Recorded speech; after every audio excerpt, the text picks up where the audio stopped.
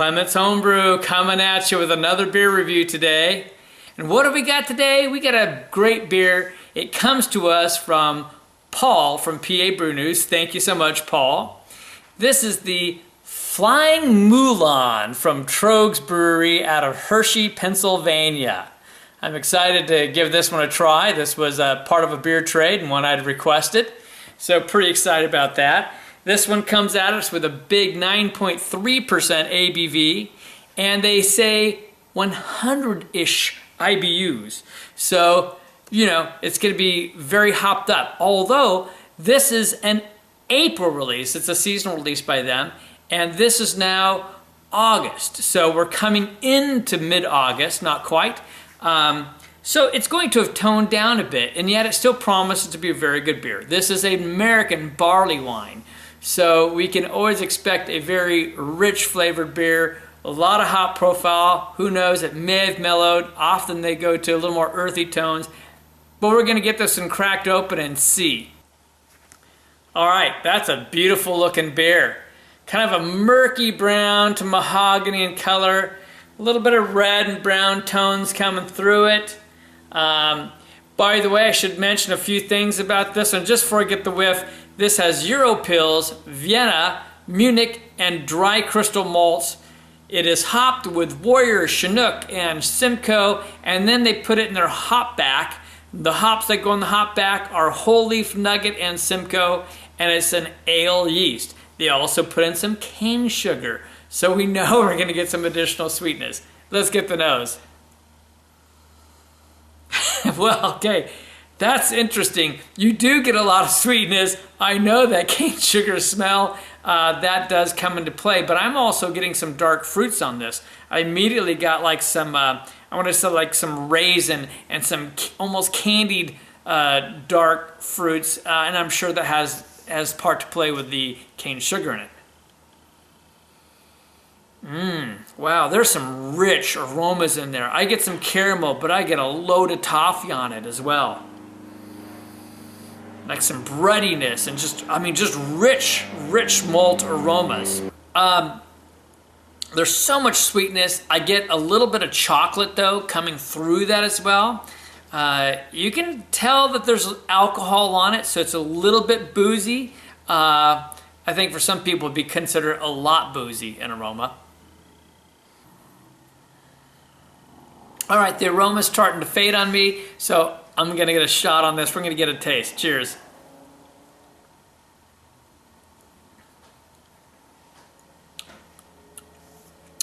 Wow, the first thing that strikes me on this, to be honest, is the aroma. I expected a fuller mouthfeel and a heavier body. This is a medium-bodied beer. On the back side, though, I am getting a light bitterness coming through, but it's not a heavy bitterness by any means, but you know that it's there. Your big impression, I think, comes from the sugar on this. You definitely get that cane sugar, but it's mixed in with some of the malt, probably that dark crystal malt, so almost gives it a candy sugar type of a taste aspect to it. You're also picking up some of the chocolate. It's not a super forward chocolate. It's definitely there. Kind of the rich malts, again with that lighter body, kind of a caramel, a bit of the toffee. I get a little bit of a pine aspect on the bitterness as it sits at the end on the back.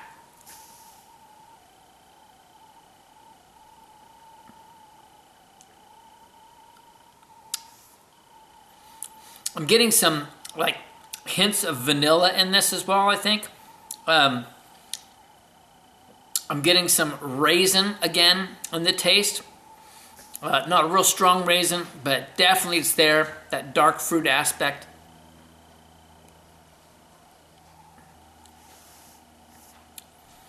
You can tell that the booziness on this has mellowed, but there's still a bit of that on there. There's no question about that. It's a little bit sticky. It's got a pretty smooth flow. The carbonations it's not super light, but it's on the lighter side, which I think is appropriate for the beer.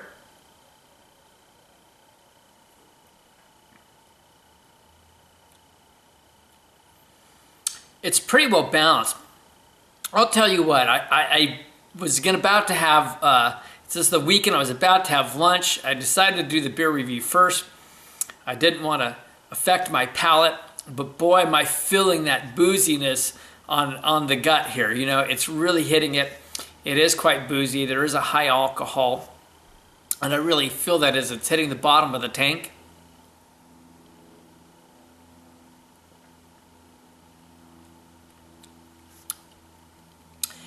It's a nice beer. It's smooth, it's good, has some interesting flavors with that cane sugar. I gotta tell you though, I think that the big mistake is I probably should have drank this as soon as I received it. I would think that this would be a beer that would be really awesome when it's fresh, when it first comes out and it's popping with all the hops, to get that full-on American barley wine type style.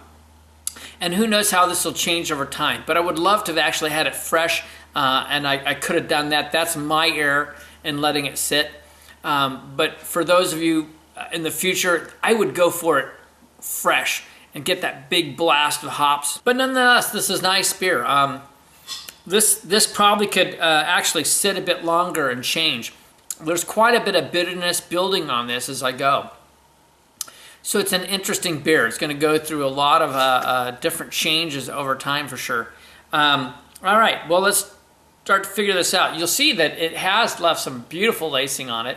So it really has been sticking to the sides of the glass. I mean, I could swirl this up and pull up though, still even look at that. I can pull some head up.